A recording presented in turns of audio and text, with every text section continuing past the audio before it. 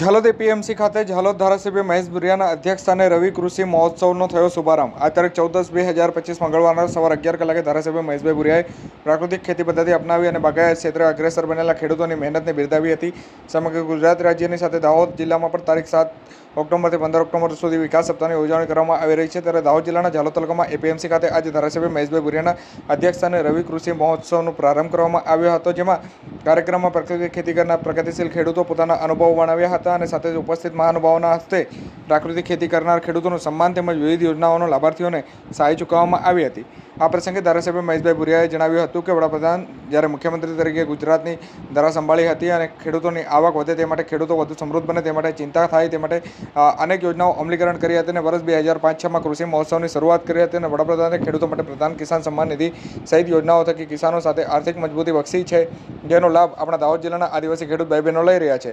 કૃષિ સાથે પશુપાલક પૂરક વ્યવસાય ત્યારે પશુપાલન માટે પણ સરકાર સહાય આપી રહી છે। રાજ્ય સરકાર છેક ખેતર સુધી સિંચાઈનું પાણી પહોંચાડવામાં કટિબદ્ધ હોવાનું જણાવી અને પ્રાકૃતિક ખેત પદ્ધતિ અપનાવી બાગાયત ક્ષેત્રે અગ્રેસર બનેલા ખેડૂતોને મહેનતને બિરદાવી હતી। આ સાથે તેમણે ઉપસ્થિતોને સ્વદેશી અપનાવવા તથા સ્વદેશીની જ પ્રાથમિકતા આપવાનો અનુરોધ કર્યો હતો। વડાપ્રધાનના વર્ષ 2047માં વિકસિત ભારતના સંકલ્પ સાકાર કરવા માટે અત્યારથી જ દરેક ક્ષેત્રના નાગરિકોને સહયોગ આપવા માટે જણાવ્યું હતું। જો કે કહી શકાય કે આ પ્રસંગે પ્રાંત અધિકારી એ.કે. ભાટિયા, ઝાલોદ મામલતદાર શૈલેન્દ્ર પરમાર, ખેતીવાડી અધિકારી એલ.પી. ખરાડી, ઝાલોદ તાલુકા વિકાસ અધિકારી કે.એચ. ગઢવી, પદાધિકારી, અધિકારીઓ, ગામના આગેવાનો, વડીલો, વિવિધ યોજનાઓના લાભાર્થીઓ સહિત મોટી સંખ્યામાં નગરજનો ઉપસ્થિત રહ્યા હતા। ગુજરાત સરકારના વિકાસ સપ્તાહ પખવાડિયાના ઉજવણીના ભાગરૂપે આજે ગુજરાત સરકારે ગુજરાતના 269 તાલુકાઓમાં એકી સાથે વિકાસ સપ્તાહની ઉજવણીના ભાગરૂપે કૃષિ મહોત્સવની ઉજવણી કરવામાં આવેલ છે।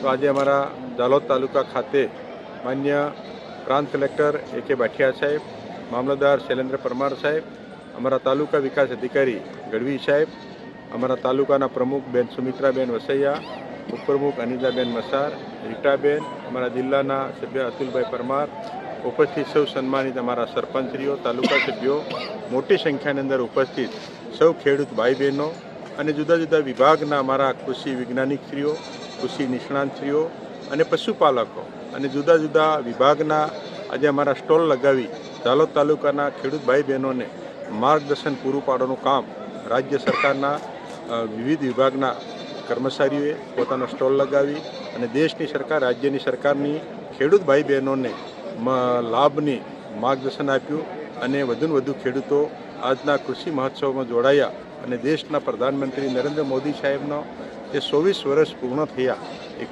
સપ્તાહ